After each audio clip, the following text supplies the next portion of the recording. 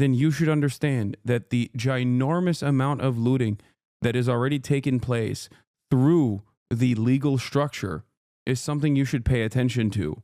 And it's weirdly enough not something that the media covers or pays attention to all that much. Okay? It's indefensible. Sometimes looting is necessary in some situations. No, like, come on, dude. Going into a neighborhood that has been charred and want peace, Jesus is king. Okay, the brain capacity of people who go, oh, you're defending looting. I'm not. I'm actually telling you that looting is indefensible while simultaneously telling you why mainstream media doesn't pay attention to the real ginormously consequential looting that happens under the watchful eye of the legal structure, especially if it's done for profit.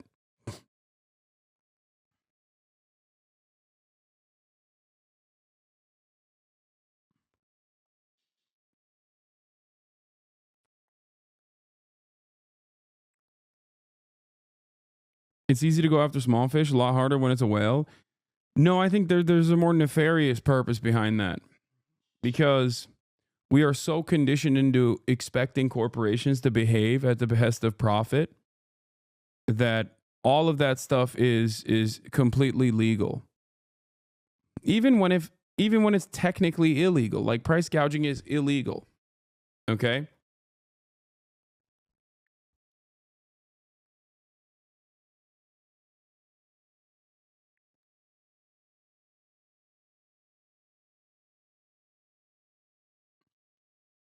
We got a Mark shooter. Well, I just don't understand. Like, why would there be any antagonism between me and Markiplier, a random content creator? And also, I have done, I have been out there. Maybe you weren't paying attention.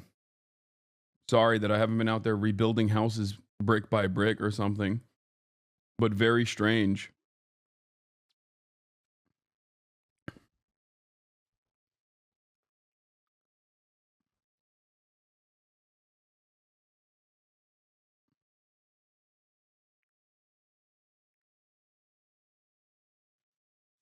He doesn't like my style of commentary.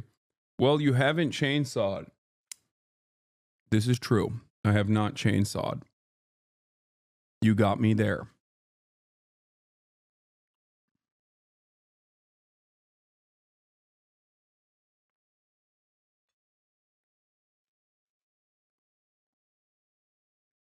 I got a message on my working conditions. Chainsaws are pretty easy to operate, dude. Go get your hands dirty, law.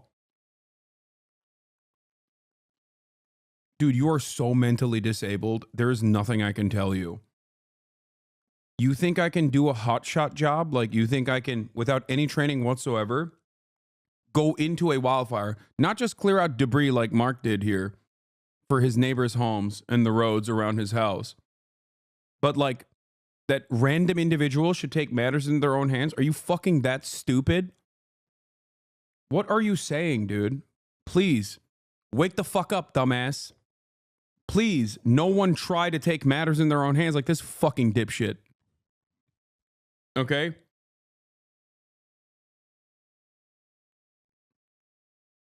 You will only end up being a burden to the emergency services. How many times do I have to describe this?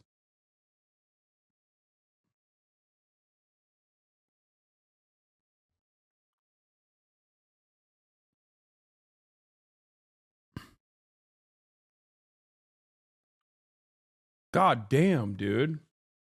Dude literally said, why don't you go dive into the wildfire without any training whatsoever and clear out the debris and create lines while simultaneously missing the point about the rehabilitation and reintegration programs that are very successful in the state of California, one of the worst carceral states in the country. I forget that there are just morons everywhere online and they have moronic opinions.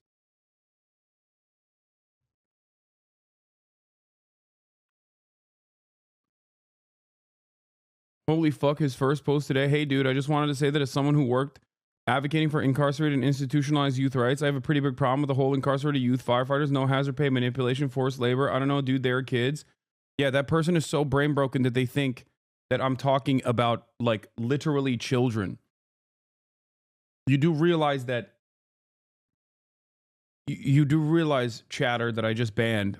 They're not actually like children right now. They are youth offenders, specifically violent youth offenders that have been added into the pilot program. That doesn't mean that they're still in their youth. Every single person I interviewed was, around the age of 25.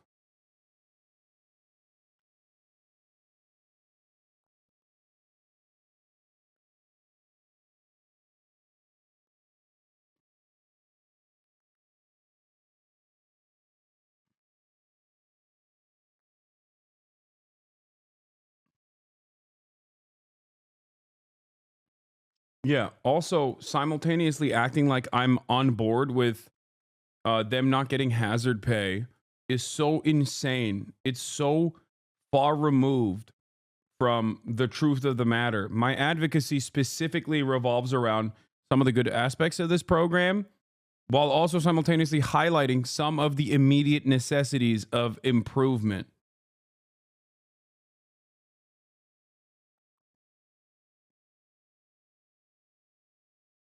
There is no possible avenue of normal discourse with people who of doing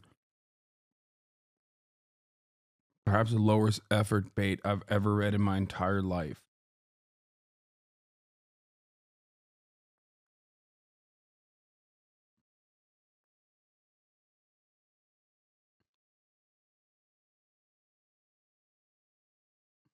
We're all good, and we were lucky.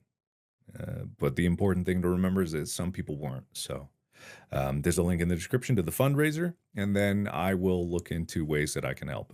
Pretty much the only way that I've been able to right now is just driving around with a chainsaw and helping to clean up some of the mess that was left behind. So I know that sounds menacing, driving around with a chainsaw, but later on I'll tell you about how I got, the police stopped by and asked me what I was doing. Nothing came out of it. I wasn't arrested or anything, but I realized how weird it was. Anyway, I'll tell that story. I think people are just sad, man. That's it. If you want to understand the psyche of an internet troll, they've existed in perpetuity. They're just like sad people and very cynical people. So they automatically assume the worst in people. And if someone is just like not even giving you an opportunity, and Mark is the type of person who is limited with his online footprint, as limited as one can be, despite being an online content creator, they just immediately try to make that a bad thing.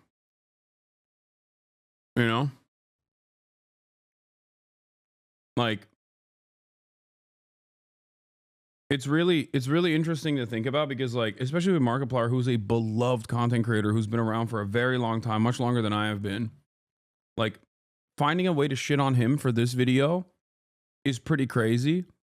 Like, I understand why so many people yell at me all the time, no matter what I do, because I have a lot of enemies. I have a lot of ideological opponents. I have a lot of content creators who make a living off of saying I'm a bad person. So, of course, their rabid fan bases will find anything and everything they get mad at. But it's like shocking to do that to someone like Markiplier. And the question I always have in my mind basically is like, if your first inclination is like, how can I turn this around and make everybody feel the way I feel, the anger and resentment that I have towards someone who is a beloved content creator like Markiplier, is if that's your first inclination, it's like, well, what are you doing? You must ask the question to yourself, what are you doing? What have you done to help? Have you donated anything? Have you given your clothes? Have you gone outside and cleared debris?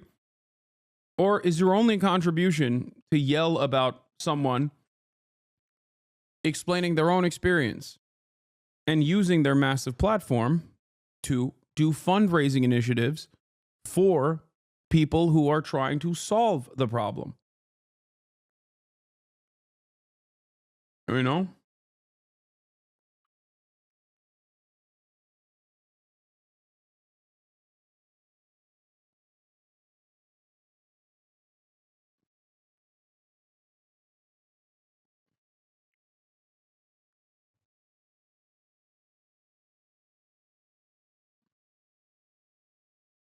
We're going to be talking about Biden's final remarks as president on foreign policy now. And then we're going to move on to. Today, I can report to the American people. And then we're going to move on to the other story, top news story of the day. The situation in Gaza. People, our adversaries are weaker than were when we came into this job 4 years ago. Just consider Russia. When Putin invaded Ukraine, he thought he'd conquer Kyiv in a matter of days. But the truth is, since that war began, I'm the only one that stood in the center of Kyiv, not him. Putin never had.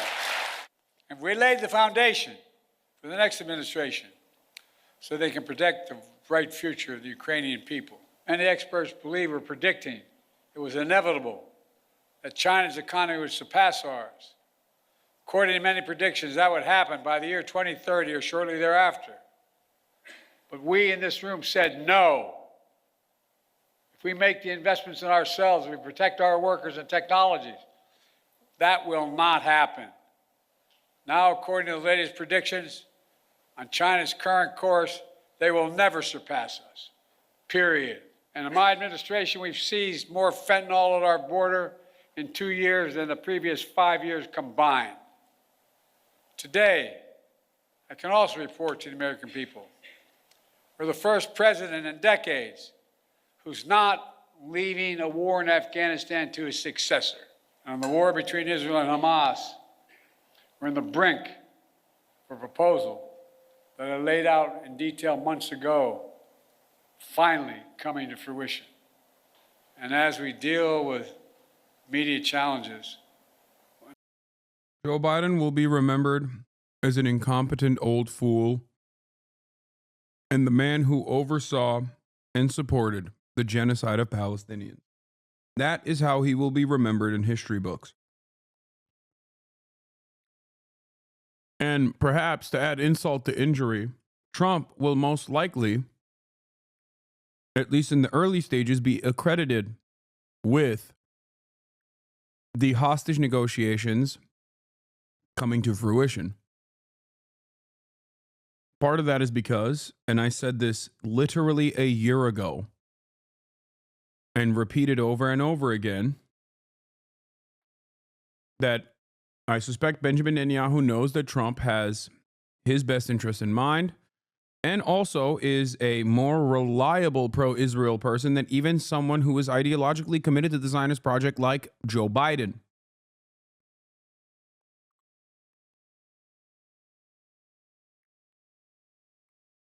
Since day one, Joe Biden had the opportunity to stop what Israel was doing. On October 10, he could have done so if he wished to do so. But he did not.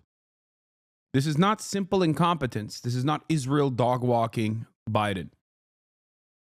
This is the grand design that the American State Department had for the region coming to fruition. He could have stopped it at any point and chose not to do so.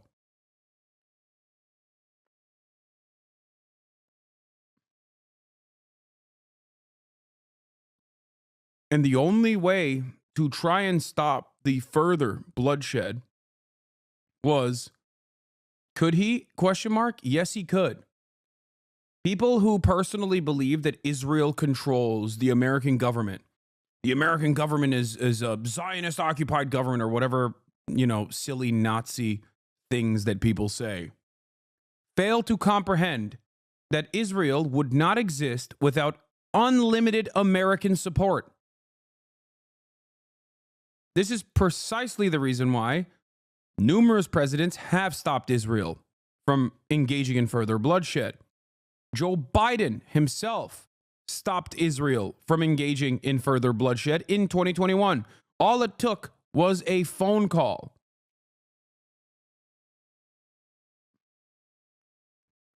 Israel is an American state in the way that it functions. Okay? It's seen as a foreign ally so that there is a level of like a removal of responsibility in the hands of U.S. empire to a certain degree. But ultimately, when America says jump, Israel says how high. Now, you pre-watch the current events, you can't be right this often. Yeah. If I'm a stupid person and I can see it from the outside, I'm pretty sure these guys can see it as well.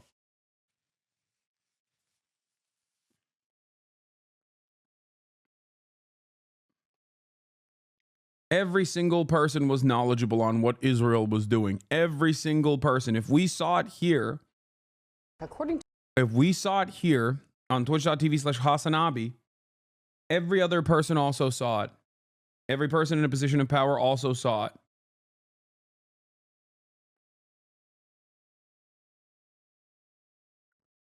There were some people who were like, Israel's a sovereign nation. The U.S. can't make them do whatever they want. Look at this. Look how easy it is.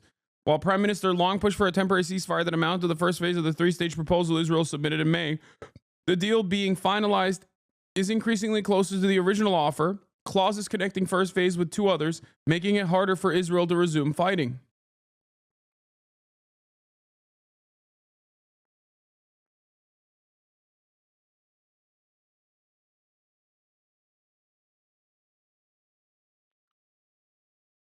There is no point where America was not almost singularly responsible for all of the atrocities that unfolded.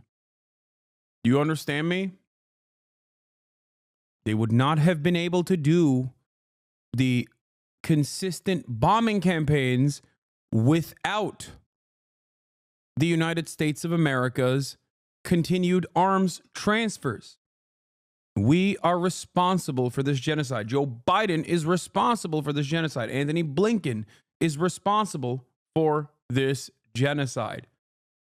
They did it even though the overwhelming majority of the public wanted it to end.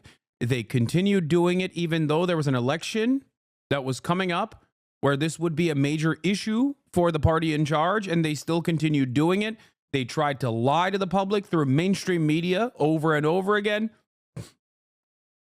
They undermined the existing little confidence that people had in mainstream media for accurately reporting on information. They destroyed it. They destroyed the last semblance of credibility that mainstream institutions had.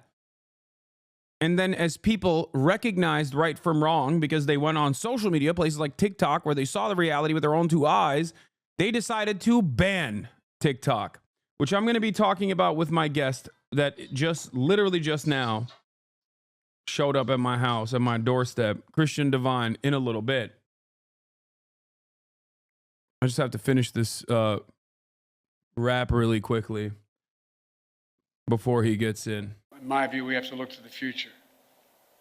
I urge the next administration to carry forward two issues that have been central to my presidency and which shape the future, in my view. On artificial intelligence, we are in the lead, and we must stay in the lead. We must not offshore artificial intelligence, as we once did with computer chips and other critical technologies. And likewise, clean energy transition will race ahead in the years to come. I know some incoming administration, some in the incoming administration, are skeptical about the need for clean energy. They don't even believe climate change is real. I think they come from a different century. They're wrong. They are dead wrong. It's the single greatest existential threat to humanity. Throughout my career, the world has undergone tremendous change. But certain things have always held true.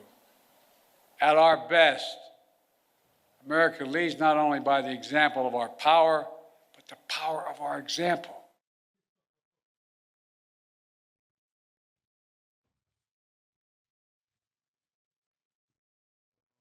Let me clear this up real quick.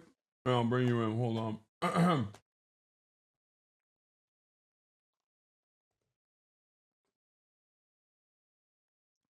Holy fuck. Biden says he's leaving Trump a stronger country is just a way for him to basically do a little bit of ass covering here after all of the untold amounts of cruelty that he subjected the rest of the planet to.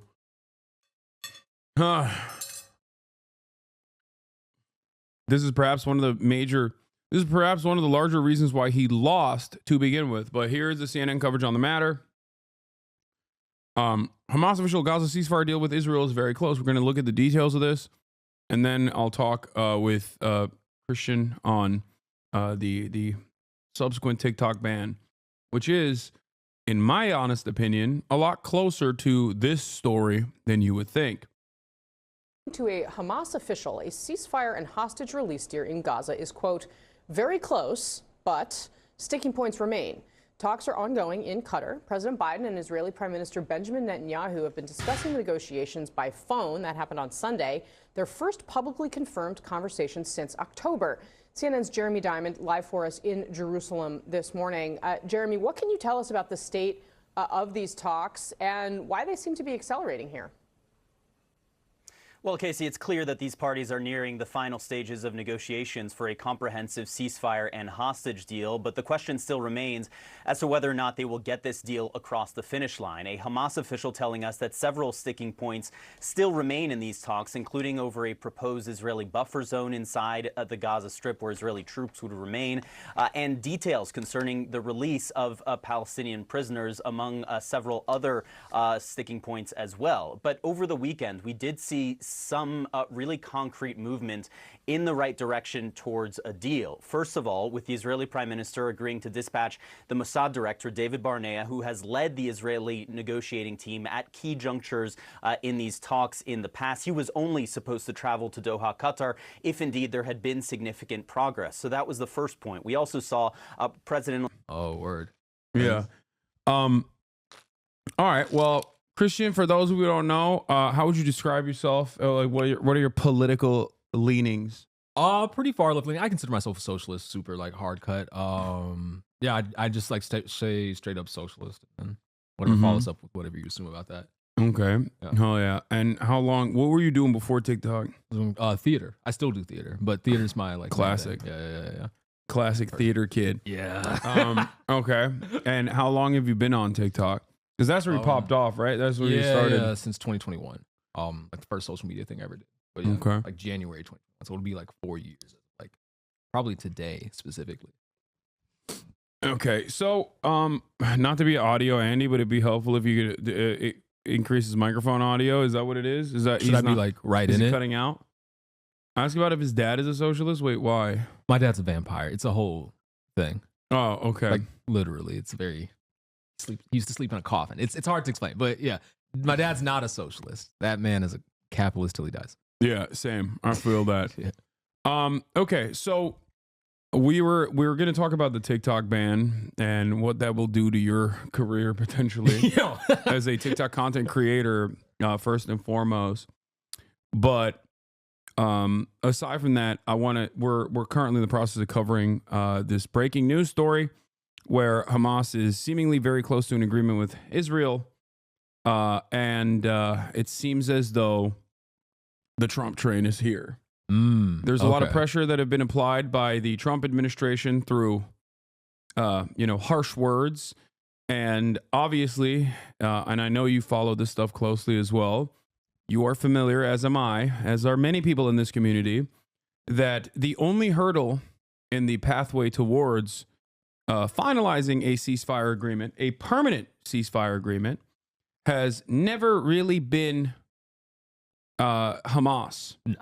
It has never been Hamas whatsoever. Hamas has actually brought forth, I believe, more than 39 different ceasefire negotiations since October 10.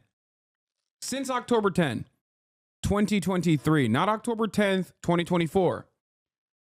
Some of these agreements look, I mean, most of the agreements, including the one that was finalized and voted on voted by the UN at the General Assembly on, were direct Hamas proposals. Joe Biden famously presented it as an Israeli proposal. And yet, even though it was supposed to be an Israeli proposal, Israel was, and now has a healthy diet of AI slop that he gets from his Facebook feed. Please stop. This is not counterculture. I swear to God, they are going to turn American culture into Israel. It's going to be Israel culture. It's so bad. Antisemity. Antisemity University. Hello. I am queers for Hamas.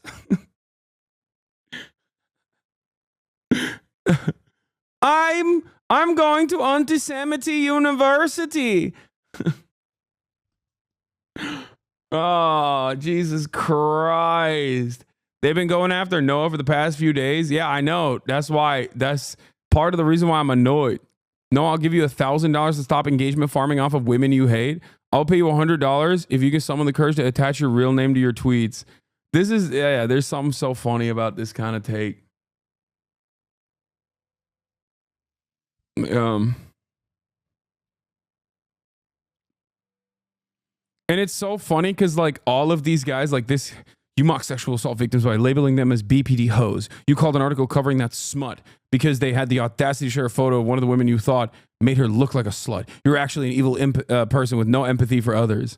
And it's always guys like this who, oh no, never mind. This is a person. Okay, never mind. They're shitting on Anna. I didn't realize. I thought they were, I thought they were talking about, I thought they were lying about Noah.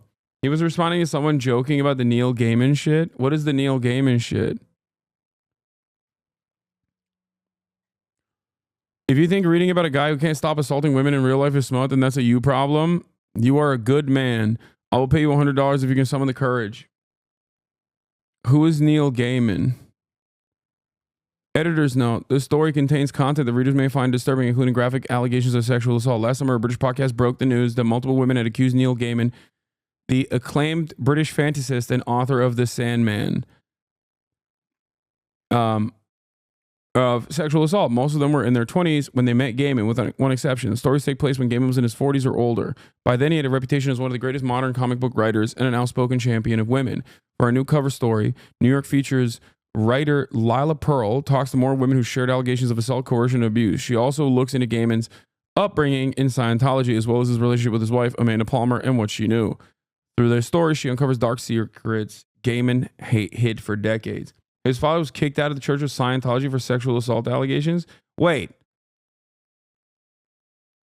Scientology?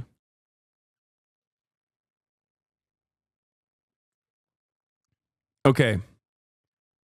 That actually changes the dynamic a little bit. I don't know who this guy is at all. But when I hear about someone who left the Scientology church, okay, and I hear about like horrific things that they did, not this guy, but his father at least, I don't know. I don't know, dude. That seems a little bit suspicious, I'll be honest. Not about Neil Gaiman, but his dad. You really need to read books? Aussie? No, I'm good.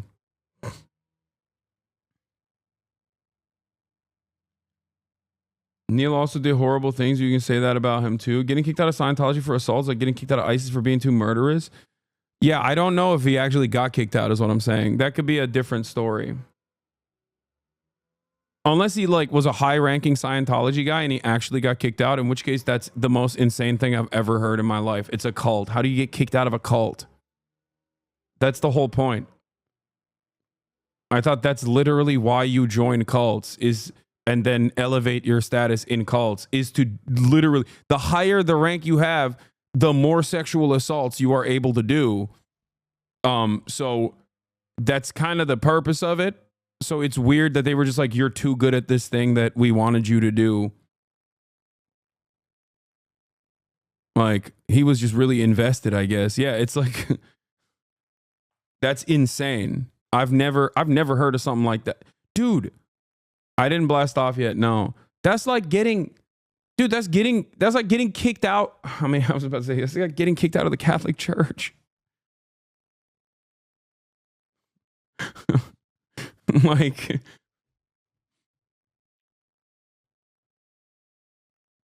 that's why I don't do pro essay anymore. Too many sweats. Yeah.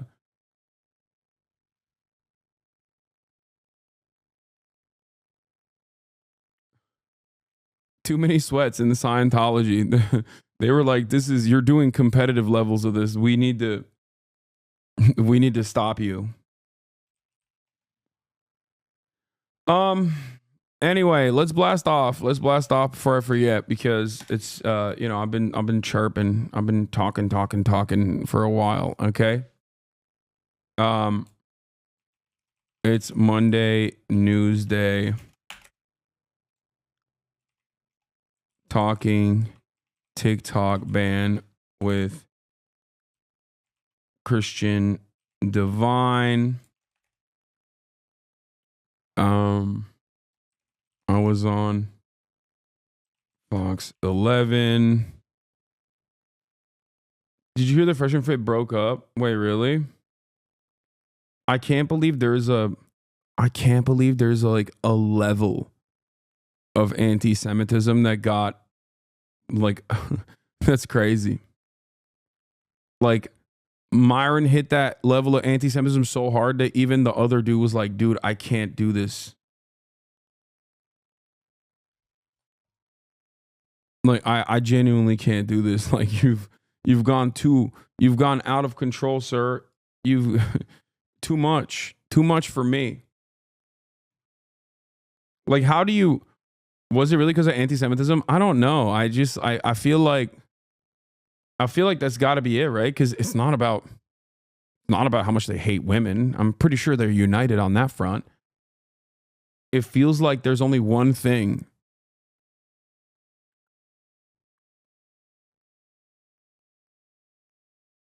It might. It's also probably not racism either, because like they're united on that front too. I think there's like a level of anti-Semitism that one party was exhibiting, where the other party was like, I'm kind of invested in the Jews control the media area, but like not to the degree where you think everything is Jews. You know what I mean? It's like anti-Semitism infighting, where it's got to be like a point where he was just like, all right, dude, like, yeah, I agree, Jews control the media, but like, you keep pointing to the Jews on everything. It's like, it's not everything. Leftovers breakup, but further on the right. Yeah. No, it's just like the Leftovers breakup. We broke up over my relentless anti-Semitism. Oh my God. I feel like I just gave Ethan an idea. He's going to say that.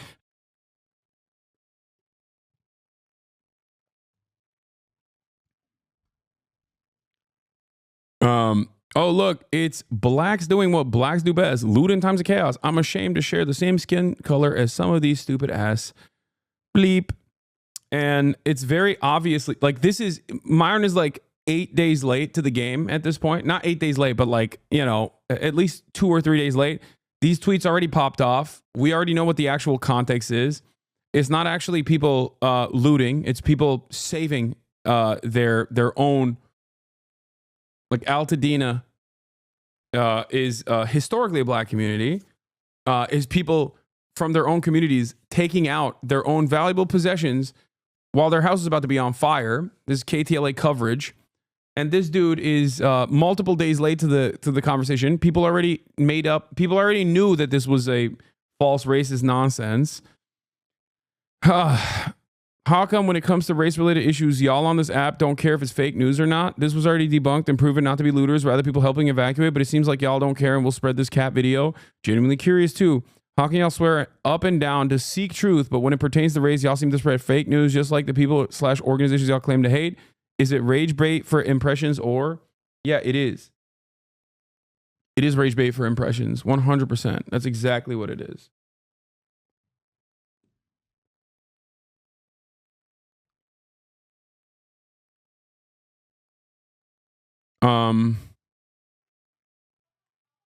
You're rich trying to understand what grifting race is? Yeah, I just don't get how like people.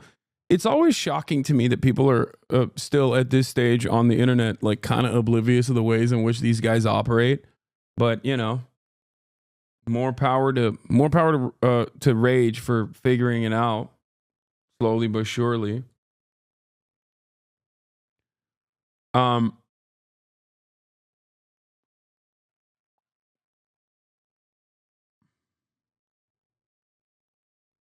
The worst part is the police reported literally 10 of the whole burned area, thousands of homes, black people arrested for potential looting, and the right wing latched onto that hard proof.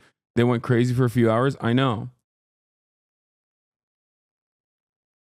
All right. It's Monday News Day, talking TikTok ban with Christian Divine. I was on Fox 11 last week of Brandon. 60 minutes. Recognizes Israeli atrocities. ICE raids. What else? Scary games with Ray soon, she was asking. Sure.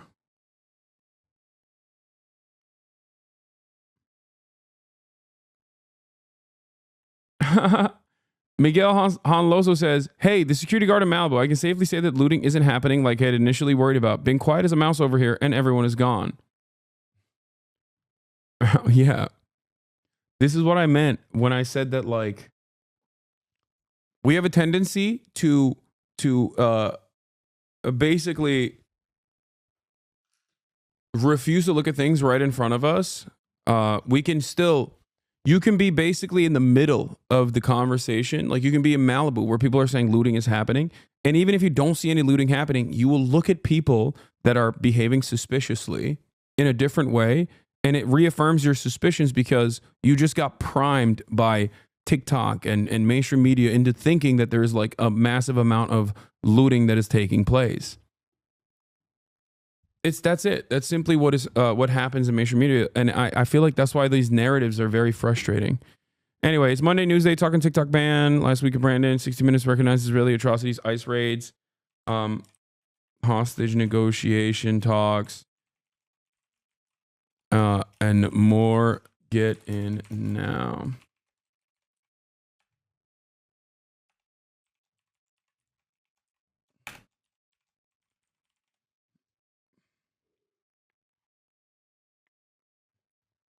I got your blast off meme full Sundays. I'm using it.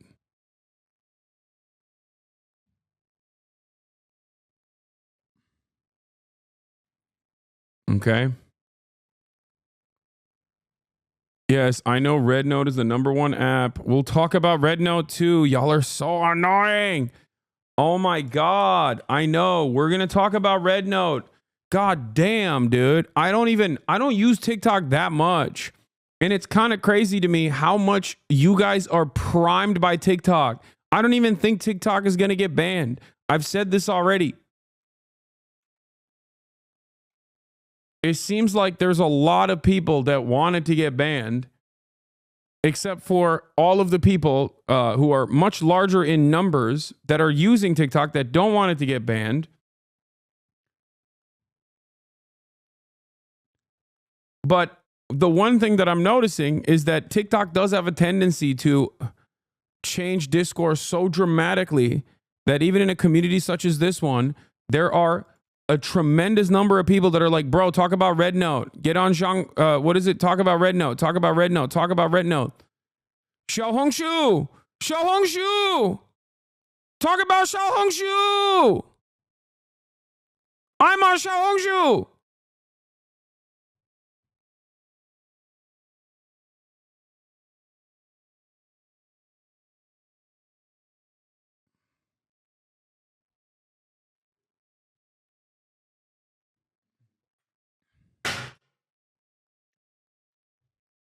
Are you going to talk about the most important issue, Pirate software leaving 2 people to die? What?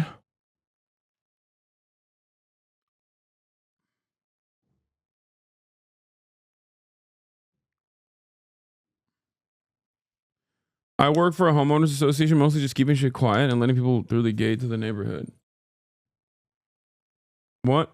Pirate software did what? Roached out? I don't know what that means. I have no idea what you're talking about. I literally have no... I'm so upset. What is happening right now? What the hell is going on right now?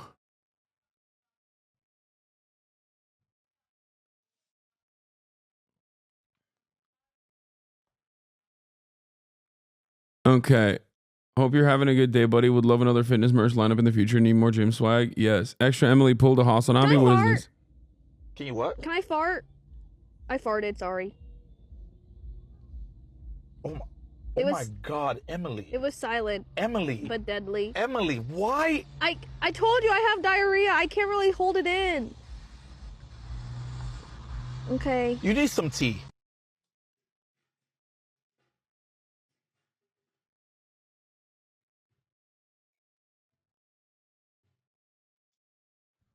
I think it's crazy that people are saying this is actually pulling a Hasanabi when it's I've never farted in a car. Well, I used to fart in cars with Will all the time back in the day to punish him, and also because it's funny.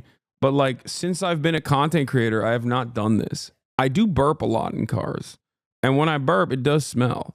But I don't like that this is a comparison. You know what I mean? Like I don't like that this is like, oh, this is Hasanabi behavior. It's like it's not. It's I do something different. Okay. Invite Unk. This is another thing that every single person is posting, which is crazy. This has 40 likes. This has 40 likes, and I've seen this exact same link in my chat probably 100 times so far since I started. As in, there are more people that have linked this tweet than liked it. How does this happen? It doesn't make any sense. This is so... I always want to expand the boundaries of this community. I always want to know what's happening in the world, and I fear that day in and day out we become more and more insulated, more and more insular. Like everyone's algorithm is identical, and y'all annoy me so much because there's so much happening in the world in terms of like, new culture things.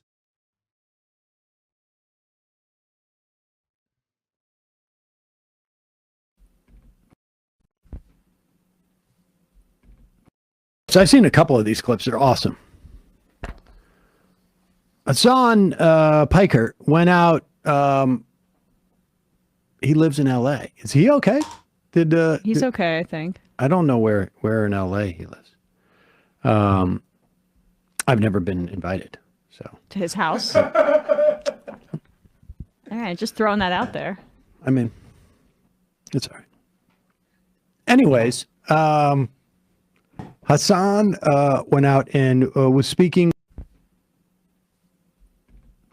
So I've seen a couple of these clips. They're awesome. Yeah, it's messed up. I know. I'm sorry. Here's the issue. My man lives and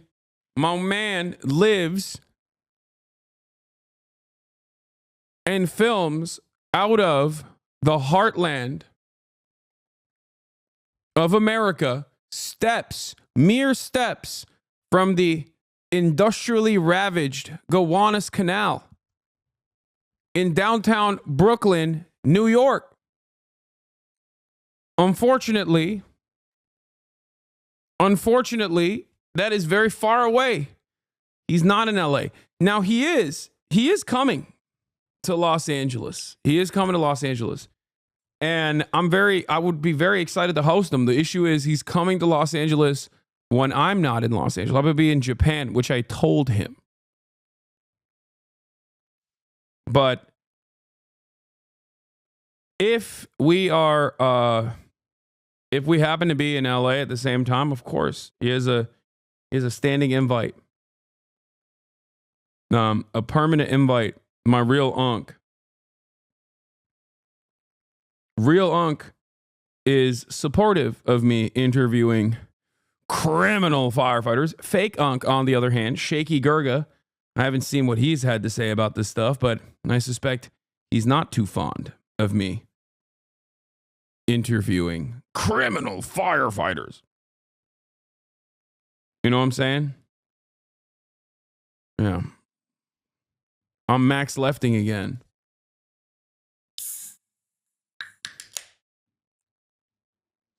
So.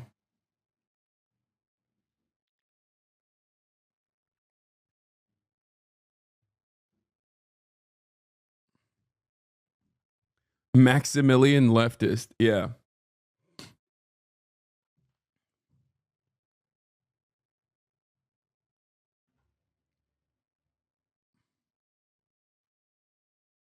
Please invite her too. She's my journalist crush. Ahem. What? Emma Vigeland? Emma Vigeland also has an open invite. The problem is, again, they are filming from live steps, mere steps, from the industrially ravaged Gowanus Canal in the heartland of downtown Brooklyn, New York, USA. Okay? Understand that they are very far. If they come to LA, then hell yeah, we'll collab all day, every day. Came across someone in the game with the name Shaky Gurga, and I said, what's up? And they got mad at me for bringing politics into their game and then logged out. I was so confused. That's awesome. I don't like this unk on unk hate. I mean, yeah, look, the uncle nephew bond is still strong, regardless of what my unk, real and fake, says about whatever issue.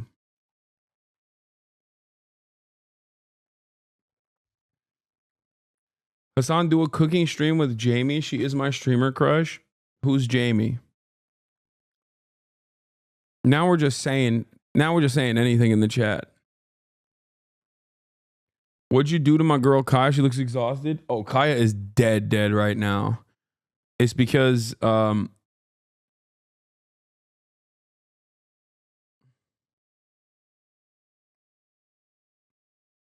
Jamie is iGumdrop. She does everyone's merch.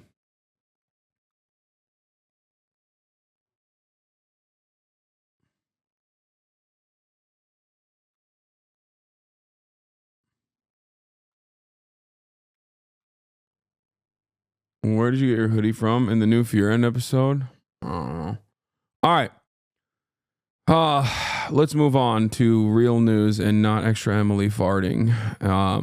All right, here it is. Here's the blast off meme. As you know, let the people know. Remain calm. Dark Brandon is coming. Okay. Do a politics stream with Hasanabe. He's my streaming crush. No. I will not be doing a politics stream with Hasanabe. That guy sucks. I heard he exploits homeless people and incarcerated wildfire firefighters.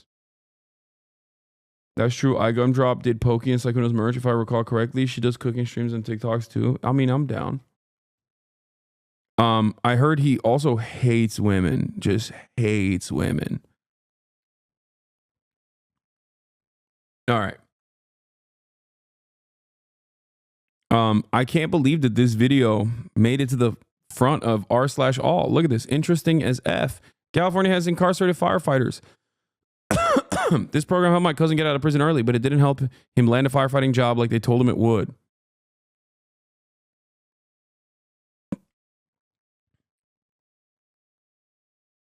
Well, the problem is California has licensing boards for various careers, and the licensing board won't allow felons. So even if the cities wanted them, it would be illegal. There's a lot of people that have talked about this, but it has changed in the recent years. So they have initiatives in play working to solve these problems, these inadequacies in the system, for the record. So I'm not doom scrolling. I am fascinated about one thing, because I saw posts from my stream of meeting the incarcerated firefighters. And aside from like the classic, don't be fooled by this man that you think is a good guy, he's actually a bad guy. I will not actually elaborate. He's just a bad guy. He's a misogynist. He wants to do bad things to women, stuff like that. I was actually more interested in or rather more surprised by the fact that the American carceral state and the American prison industrial complex is so expansive that there are a lot of people who have either A, been in prison themselves, or B, know someone who is a friend or a family member that is also a convict, an ex-con.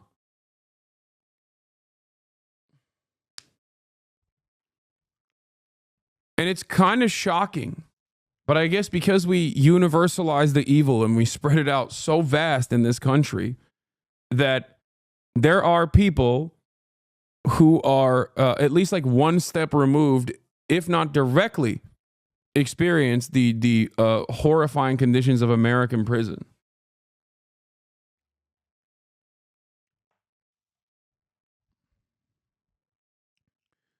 Breaking Points covered the interview with the incarcerated firefighters as well. Yeah.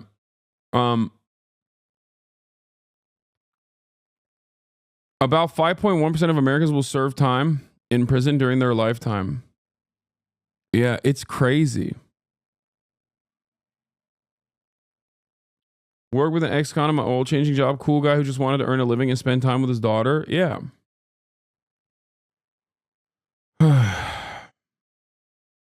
It's just shocking. It's shocking, but I think it's also yet another demonstration of how vast this harm is. You really need to get better at interviews, my dude. What does that even mean? What are you talking about? I mean, there's always room for improvement. You're not wrong. I mean, there's always room for improvement, but I don't know which interview you're referencing, or I don't know what you're talking about. But if you think that like a normal back and forth conversation that I'm having with incarcerated firefighters is supposed to be a professional setup and a professional interview, you're wrong. It's not supposed to be that way. Like, I think that the video that we did, which, you know, was a 2-hour back and forth where I was just like having a normal back and forth interaction with these people,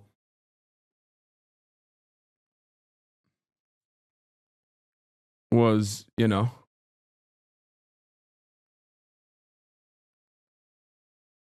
was the right move. I'm mostly referencing the interview, the one you had with the niece of the guy that drove through people last week. Wait, what? What was your issue with that? You felt a little lost as to what to ask? Yeah, there was no preparation. There was no prep time in that situation. We just, like, it happened, you know, it happened in real time. And I also presented it as professionally as I could. That just stayed in your mind for 2 weeks? That's crazy.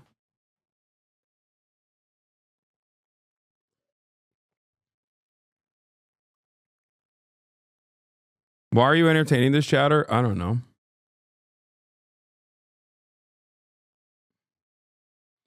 I think the issue with this kind of stuff is that they expect me, like a lot of chatters expect me to have the same output as like a professional.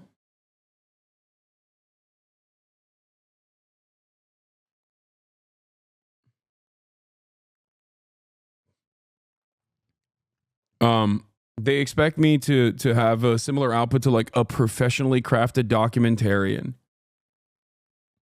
You know what I mean? Like, not realizing that there's maybe 20 producers and numerous other people working in real time to put that thing together. And the anchor that you see is simply just reading words that are presented in front of them in that situation. It's not like a normal conversation. And if your counter to that is, why don't you hire professional producers and staff and researchers to be able to conduct these interviews in real time, then you're demanding me to literally turn this into MSNBC. And that's what's frustrating. You know? Like, there's a reason why I do what I do. It's rapid, it's fast paced, and there's also a reason why it's not easy to replicate. You have to be genuinely brain broken, right? You have to be genuinely brain broken, have a lot of interest, like genuine interest in all of the issues that that you talk about, and be able to conduct all of this and be able to scour through thousands of messages flying in the chat in real time while offering real-time coverage on things that are happening. It's not a very easy thing to do in general, and I think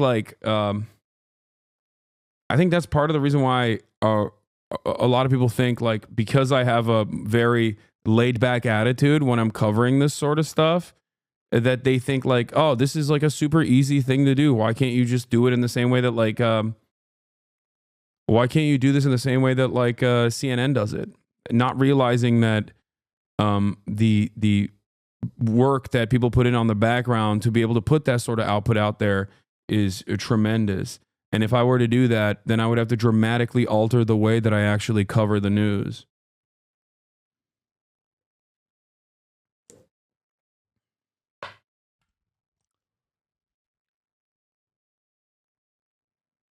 Does that make sense?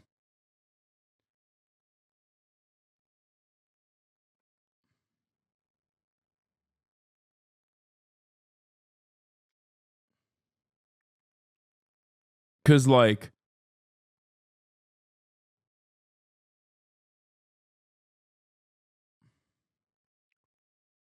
I try my best though, and there's always room for improvement. So you're not wrong.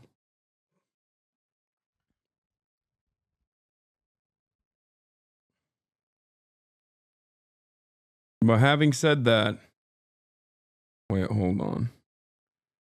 Oh, I have a very special guest coming tomorrow as well. Not in the building, but we're gonna be Discording. All right, we'll start with the wildfires, and then we'll move back to Israel-Palestine related stuff, as well as some other issues. Fires, they are still burning in Southern California. Still. Did you already signal boost your video? The interview came out. We're putting in the work. Oh yeah, my video came out. It actually started off doing numbers, and then it halted. I genuinely think YouTube halts my stuff. I swear to God, I have a feeling that YouTube suppresses my commentary, or something happens. Maybe it gets like mass downvoted or something. I don't know what it is. Cause like, we're putting in the work.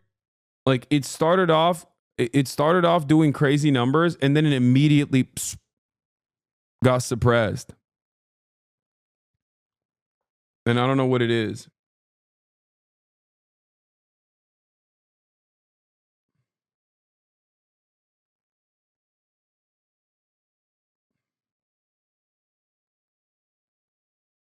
It's been on the clip channel for days. No.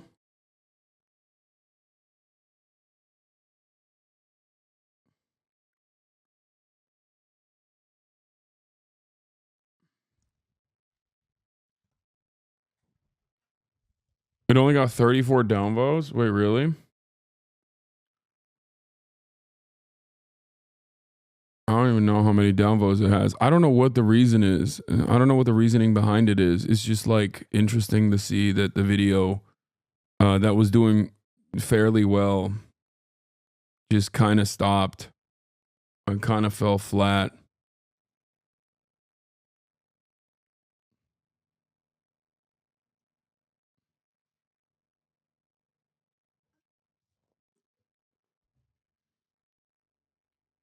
I work as CDCR on the Cal Fire and Cal OS firefighting items. We currently have 939 inmates, 110 staff, comprising 68 crews at all incidents. Nice.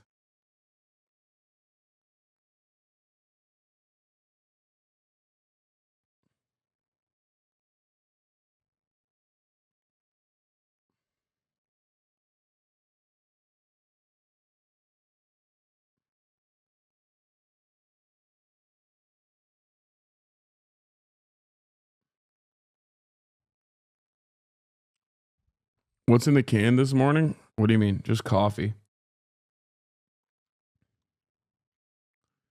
It doesn't have analytics yet for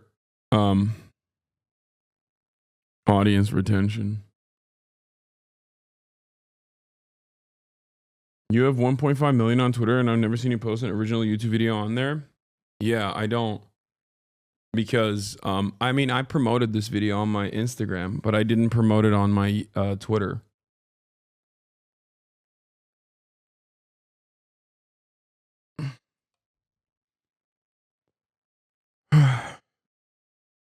Our Hasan Hobby Gaming TikTok channel got suppressed. We were getting 50 to 100K TikToks consistently, and now we can't break 1 to 2K. Same content on YouTube Shorts are 1 out of 10.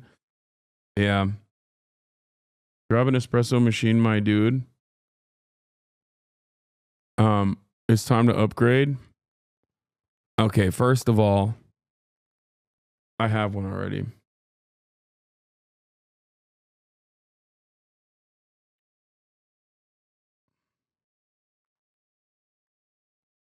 But CNN breaking news. Hamas is expected to release 33 hostages during the first phase of an emergency ceasefire agreement, according to Israeli officials.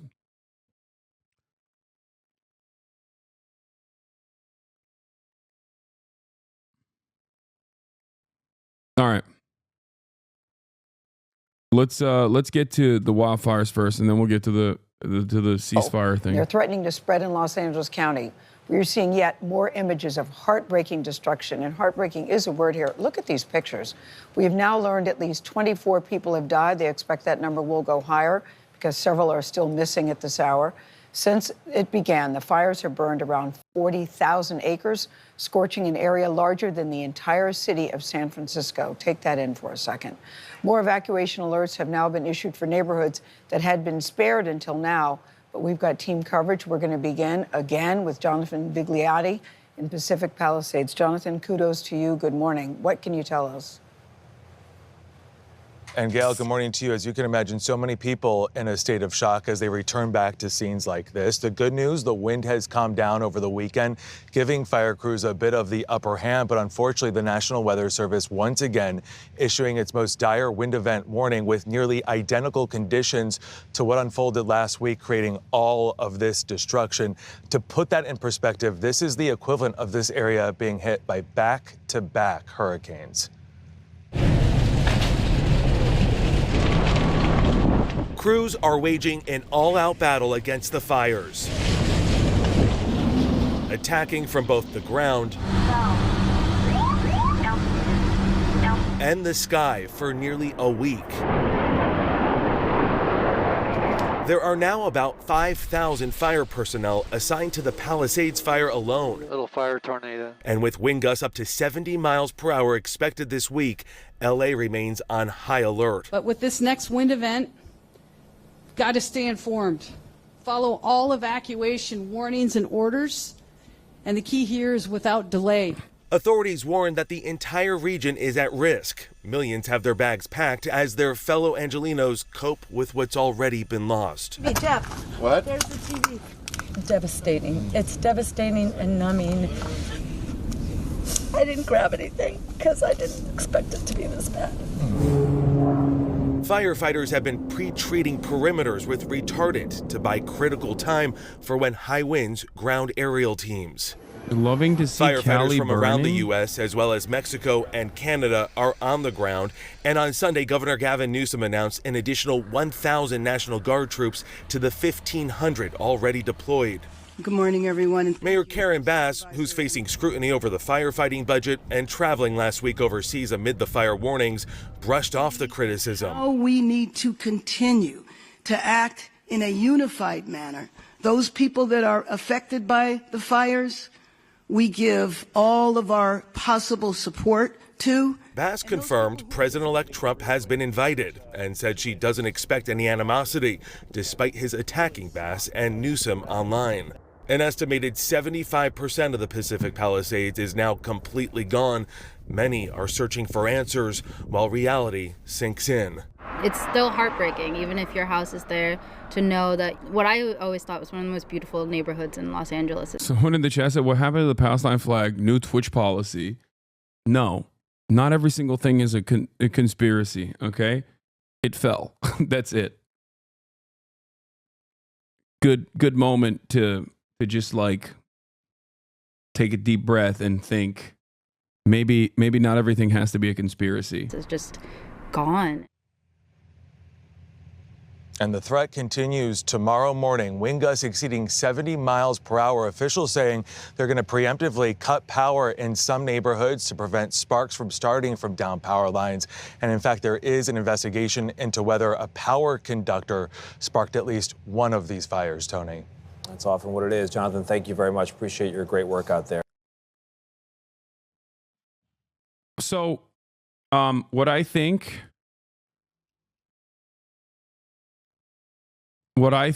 is, I don't want to speculate at all, but the highest likelihood for a lot of the fires, specifically Altadena, for example, from what I've seen thus far, is that it's a electrical malfunction on the power lines that are hitting one another and that are near brush. And the other one specifically for the Palisades one, what we have seen so far is like it was near a trail into Panga Canyon, if I'm not mistaken. And I feel like that the likely culprit there could potentially be like, I don't know, someone smoking weed or something. Like a cigarette butt or so we'll see. I mean, this is again all speculative. Fool, weed goes out too quick, or a cigarette or something like that.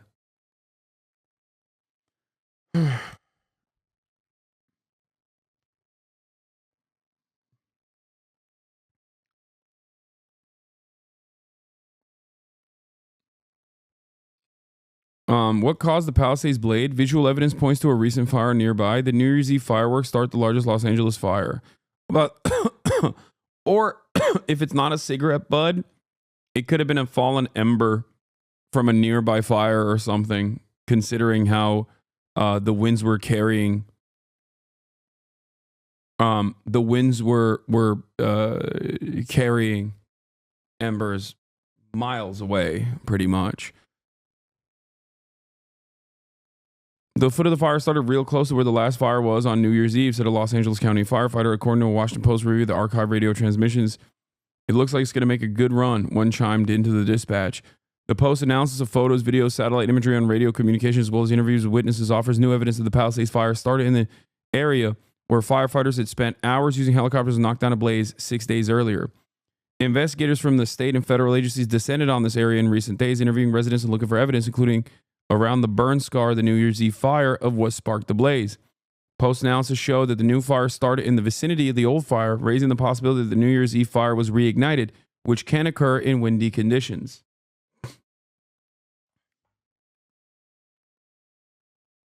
Residents also told the Post and investigators on scene that firefighters' response Tuesday was much slower than on New Year's Eve, a view confirmed by radio transmissions. From Colorado to California to Hawaii, flare-ups of previous fires, known as reignition, have been the cause of some of the nation's most catastrophic and deadly wildfires. This past summer, California officials coordinated a social media campaign to warn residents that terrain scorched but seemingly extinguished can spawn deadly new fires for weeks after the old ones appear to have gone out, as the fire can smolder almost undetected underground or inside wood. Despite that and warnings of an intense and dangerous wind event last week, a Los Angeles Fire Department spokesman told the Post on Friday that it was not the department's practice to maintain patrols of past fire sites, even for a few days after the fires have gone cold. We know that fires rekindle and transition from smoldering to flaming, said Michael Goldner, a professor of mechanical engineer and fire scientist at the University of California, Berkeley, who reviewed the Post's materials. It's certainly possible that something from that previous fire within a week had rekindled and caused the ignition.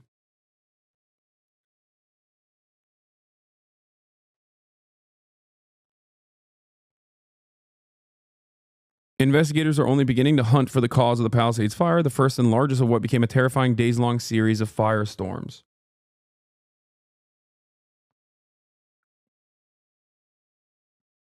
That would touch nearly every corner of the sprawling Los Angeles region. After a Sunday lull in the winds, the death toll citywide was still rising with 24 dead and more than 12,000 homes and structures have burned. Higher fire risk was expected to return Monday through Wednesday, with speculation ranging from downed power equipment to arson. Identifying the origins of fires will have huge and possibly expensive implications for the state and how it manages growing wildfire risks. The Federal Bureau of Alcohol, Tobacco, Firearms, and Explosives is taking the lead on the investigation, officials said. In a statement, the ATF spokesperson said, ATF certified fire investigators did an initial survey of the area, but the investigation has not begun.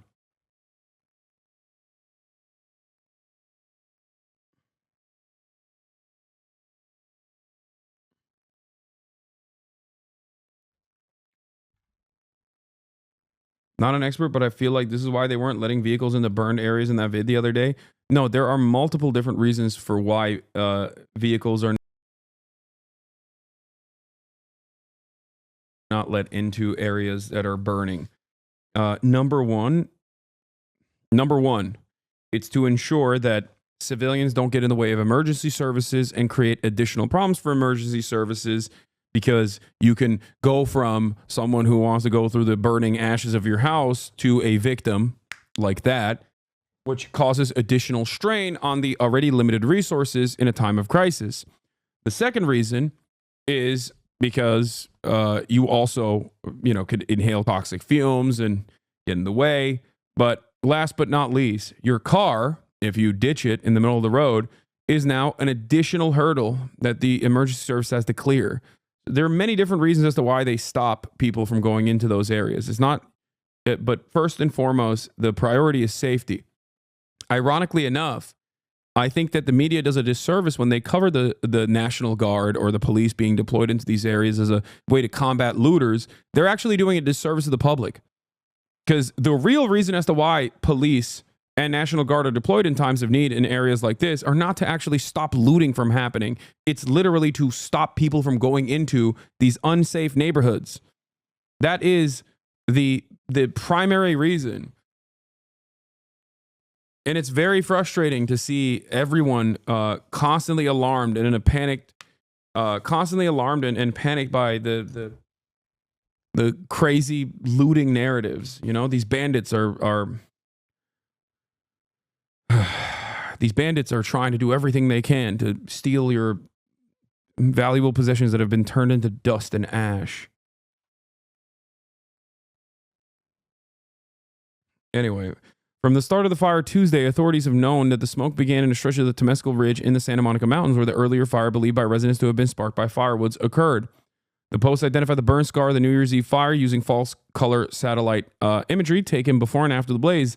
The technique tracks changes the vegetation in satellite imagery. Healthy plant cover appears red, while scorched ground appears blue to brown. In addition, satellite imagery taken on Tuesday at 10:45 a.m., about 20 minutes after video show the Palisades fire began, indicates that the origin of the smoke overlapped with a burn scar from the New Year's Eve fire.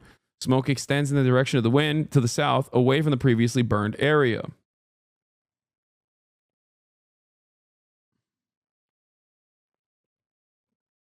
The question of what caused the fire has weighed on the minds of many who have lost their homes, while also fueling conspiracy theories online, of course.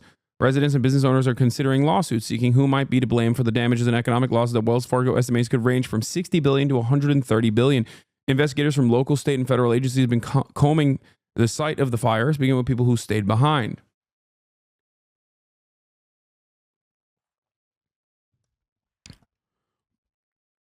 But it will take a long time to determine it. There is some additional new evidence, I would say, that shows the there's some additional new evidence that shows the potential, and that is good, shows where it came from, right? But that doesn't mean that we have 100% certainty on how these fires started, and there's still always going to be rampant speculations that run wild. And for that reason, it's important to just take a deep breath and wait for these investigations to be concluded, rather than leaning into whatever conspiracy theories that correspond to your personal biases, if that makes sense. Is that is that all right?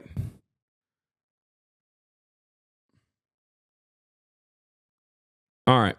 Firefighters continue to battle blazes in Southern California.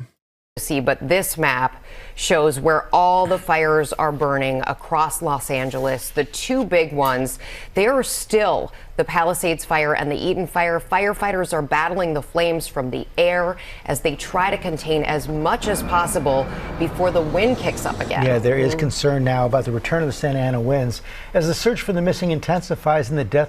Yeah, this is what's actually really scary.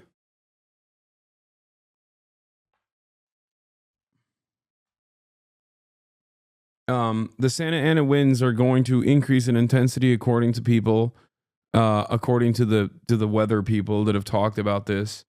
Tomorrow night, leading into, I believe, like Wednesday morning, if I'm not mistaken. Or is it tonight, leading into Tuesday morning? This is initially what caused the wildfires to get completely out of control. Hopefully, because of the fact that these wildfires have been ravaging California for the past week, there are so many extra hands this time around, including, we talked about the MAFS system that they have. Like the American military is involved in it. You have Mexican wildfire fighters. You have firefighters from all around in nearby states that have come down. So hopefully they'll be able to tackle it a little bit better. But the unfortunate reality is if wind conditions get to 80 to 100 miles, it severely limits tackling these wildfires. That's something to always consider. Please make an emergency go back. Chatter, if you think I don't have an emergency go back at this point, I don't know what to tell you. Of course.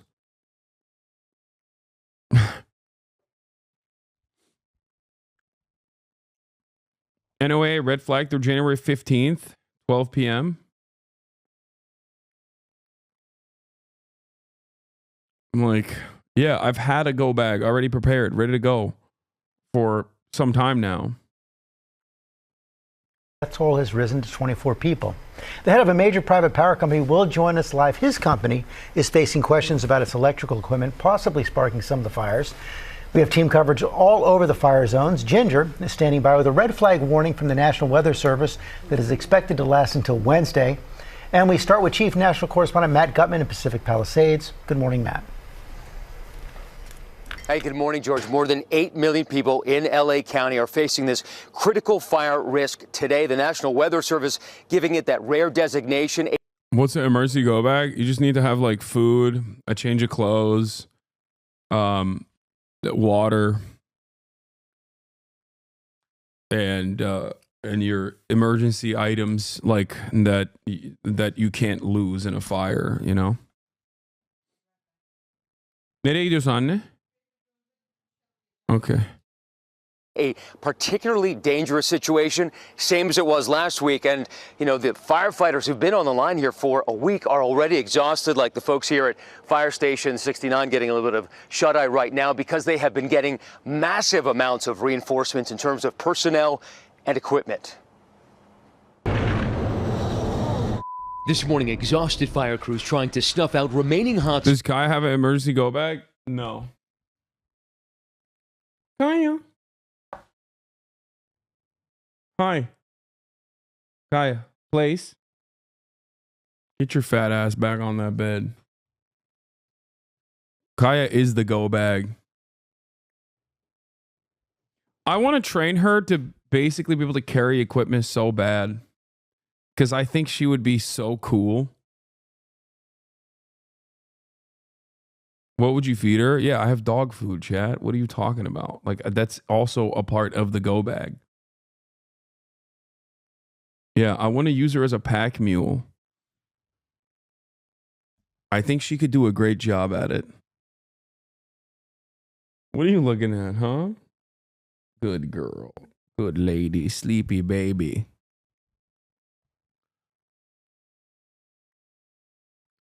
Stop calling Kaya fat while also making her lay down for 8 hours while you yap. First of all, Kaya gets more workout than 90% of chatters in here, okay? Kaya works out more than most of you.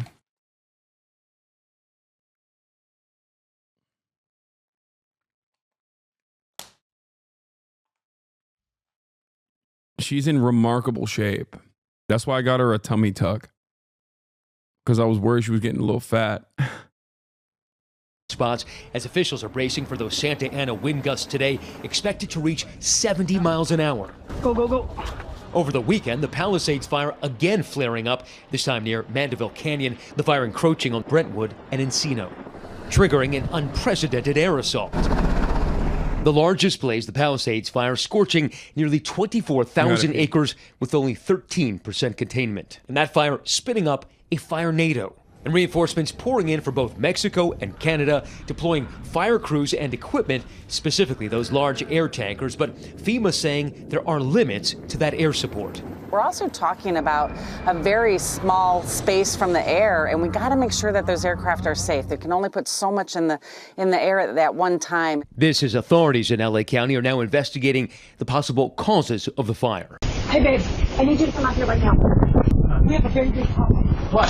Doorbell camera and cell phone video from Jeffrey and Cheryl Koo showing the frantic moments when they say they saw this small fire near their Altadena house at around 6:19 p.m. Tuesday. Oh, at that time, that when we saw it, it was just at the base of the tower. And within minutes, it had spread. The Koos racing outside, filming what they saw in those terrifying moments. And look closely, beyond the tree line, that's a transmission tower. What did it feel like? It was a nightmare. And I think the worst part was every time I checked on the fire, it got worse. And minute by minute, they watched the fire grow. Nearby, Jennifer Errico says she saw what appears to be fire at the base of that same transmission tower at about 6:20 p.m., snapping this picture. My husband had come home from work and he ran in the house and just started screaming, "There's a fire on the hill. We need to Yeah, lawsuit incoming, it seems. get out." I ran out back, saw the fire at the poles. I immediately called 911. The winds quickly stoking the fire into an inferno, turning the night sky orange. And at 6:24 p.m., a third resident, Pedro Rojas, taking video of the flames near that electrical tower. That was the only flames you saw anywhere around? Anywhere around. There were no other fire, no flames anywhere around because it was so dark that if there were some flames in other places. Edison International, who owns SoCal Edison, did $200 million in stock buybacks over the summer. Excuse me. They were maxing out shareholder value. They're allowed to do that. And they have a fiduciary responsibility to do that. Do they have a responsibility to protect people that they're serving? No. Hello? That's hard work. Do you understand how hard it is to do stock buybacks? You don't. Stock buybacks hit a lot harder when you don't got a bitch in your ear telling you how insane it is that you're not using that money to harden your infrastructure. Okay? Yeah. This chatter is just mad that there were no other possible investments that could have improved utility. That's called Econ 101. You have to do stock buybacks. Duh. Thank you, Central Committee. Someone who understands fiduciary responsibility, okay? Someone who gets it. I read this in a book, okay? What's next? We're going to talk about widgets of the widget factory. Corporations do not have a fiduciary responsibility to do every single thing possible at the expense of everyone and everything. That's a misconception that corporations use to excuse their behavior. Excuse me. It actually suits my purposes as a rich guy who's a shareholder, okay? So I will continue saying that they have a fiduciary responsibility. They're legally bound to constantly cut corners, okay? To constantly seek out profit and increase shareholder value. What a wonderful system we have in place. Nobody, and I mean nobody, is thinking about the shareholders. Why is nobody thinking about the shareholders? Ugh. We have noticed it. On Sunday, we traveled to that Altadena neighborhood to get a closer look.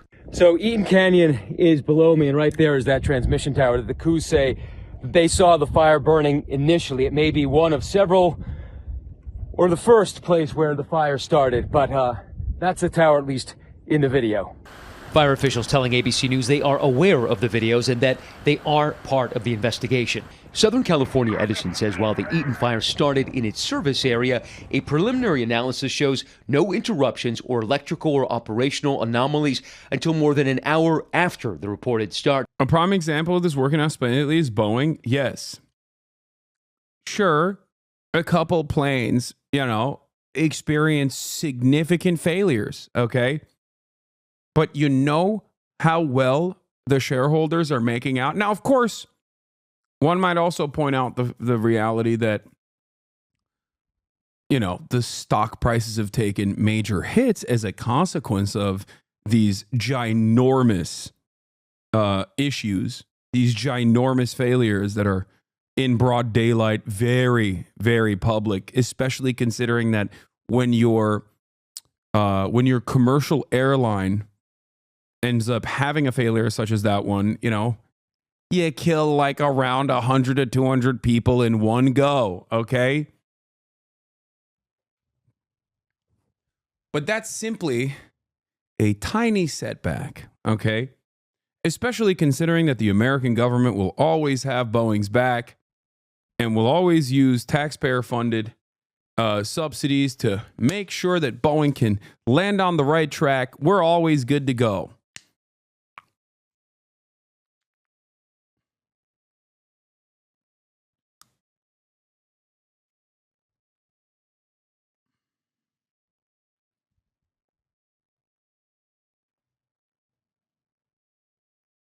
Time of the fire. The company also says no fire agency has suggested that its equipment caused the Eaton fire to ignite. Now, 24 people lost their lives in this fire, and ABC News has learned that the ATF, the federal agency tasked with examining and investigating explosives and arson, is going to take the lead in investigating the Palisades fire, and arson is one of the factors that they are going to investigate. That is, Governor Gavin Newsom here has demanded an independent investigation into the water issue, specifically here in the Palisades fire hydrants running dry. He called it deeply disturbing, George. Okay, Matt, questions about power companies as well. And the head of the private power company, Hasan International, is going to join us live in our next half hour. The latest developments on the wildfires in California. High winds are picking up again. Want to go to Matt Rivers. Can't help but be reminded of the power centers being riddled with gunfire. What if it's the same group? What are you talking about? These aren't power centers. These are power lines.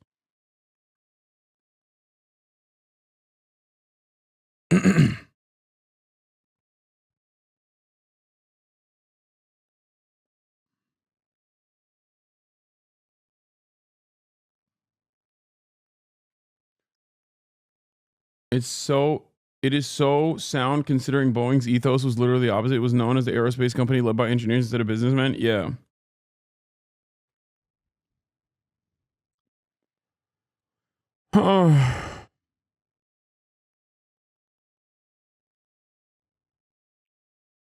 In Altadena. Good morning, Matt. Hey, good morning, George. Yeah, law enforcement, fire officials have the horrific task of now having to perform grid searches to see if they can find human remains as people remain missing, not only in homes across Altadena that have burned, but also in businesses like this one. This was a grocery store. This is the kind of place also that firefighters will have to go through this as we are expecting those winds to pick back up. As the death toll rises this morning, the search for the missing amidst the devastation intensifying. Our Los Angeles County Fire Department using cadaver dogs doing grid searches. I don't expect good news from those. The death toll now at least 24. Among the casualties, Altadena residents Victor Shaw, Anthony Mitchell, and his son Justin Mitchell, and 84-year-old Charles Mortimer. Officials urging some residents to resist going back home. A lot of these areas still look like they were hit by a bomb. There are live electrical wires, gas lines, and other hazards. Many just looking for answers, like Ron McCord, who'd fled the Eaton fire without knowing if his house was okay. We talked to the police. They said nobody's going through. We saw you guys, and we thought, oh my gosh, maybe they can help. Unable to pass through police checkpoints, he asked us to go check for him. Yeah, this is their house. They told us there were stones in front. There was a street sign in front. This is 100% it. And by the looks of it, it's totally gone. There's the remains of a garage in the back there, but the house part here, and they told me they had stone steps in the front. It's totally gone.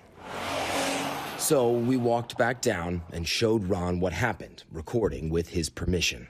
This house has survived 110 years.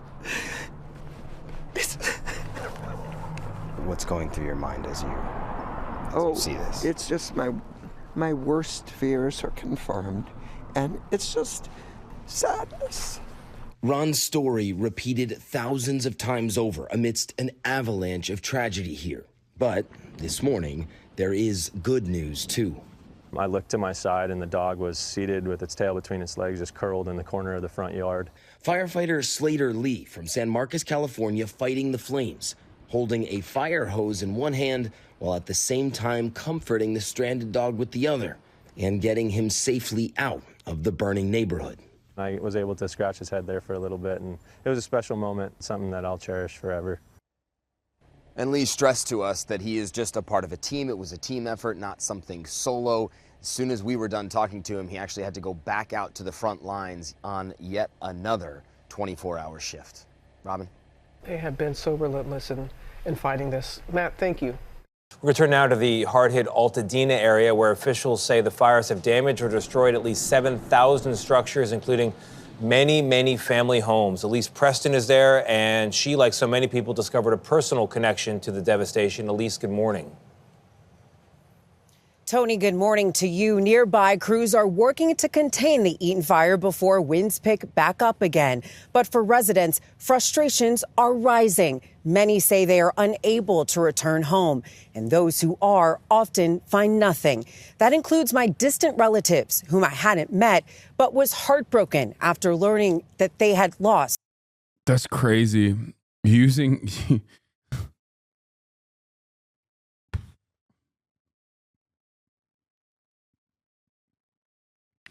Using newscaster speak when talking about distant relatives is wild.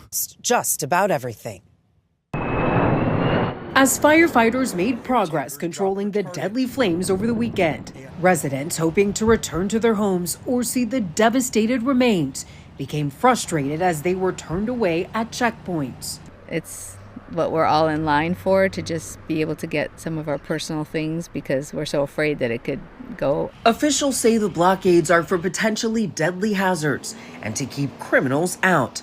The LA County Sheriff's Department posting this image on social media of a suspect wearing a firefighter's jacket arrested for burglary. Eager to prosecute anybody who is taking advantage of our residents during this very difficult time. But those who have made it home often find only smoldering remains. One of those families. Hi, cousin. Hi there. How are you? I'm Nice well. to meet you.